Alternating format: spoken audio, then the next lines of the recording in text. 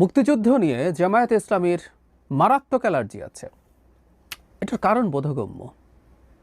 তাদের ওই সময়কার বিভৎস অবস্থান, বিভৎস ভূমিকা, তাদের যেহেতু এখনও জাতির সামনে আনা হয়, লজ্জা দেয়, তাই তারা অ্যালার্জি প্রদর্শন করে। কিন্তু সাম্প্রতিক সময়ে এই অ্যালার্জির রিয়াকশন বোধ করি বেশ খানিকটা অ্যারোগেন্ট হয়ে উঠছে এই প্রতিক্রিয়া দেওয়ার ক্ষেত্রে।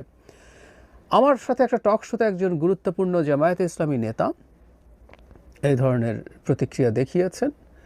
সেই প্রতিক্রিয়াটা নিয়েই মূলত কথা বলবো। আপাতত এটুকু বলে রাখি, তিনি মুক্তিযুদ্ধ নিয়ে আলোচনাকে বস্তা পচা আলোচনা বলছেন।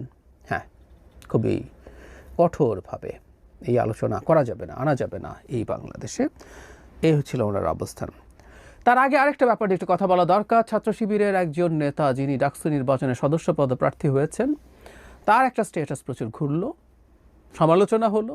কেউ আবার এই সমালোচনা মানে ওই পক্ষেরই আর কি, শিবিরের পক্ষের লোকজন বলছে ভালো হয়েছে, এতে তার দারুণ ক্যাম্পেইন হয়েছে। তো তার মানে ব্যাপারটা এইরকম যে এতে উনি বিশাল ভোটে ডাকসু জিতে যাবেন তার পদে। যাই হোক, তিনি সেখানে আমাদের বীরশ্রেষ্ঠ মতিউর রহমান, আমরা জানি তিনি পাকিস্তান থেকে একটা ফাইটার নিয়ে পালিয়ে আসতে চেয়েছিলেন বাংলাদেশে, কিন্তু সেই ফাইটারে, এটা টুইন সিটার ছিল, আরেকজন পাকিস্তানি উর্দুভাষী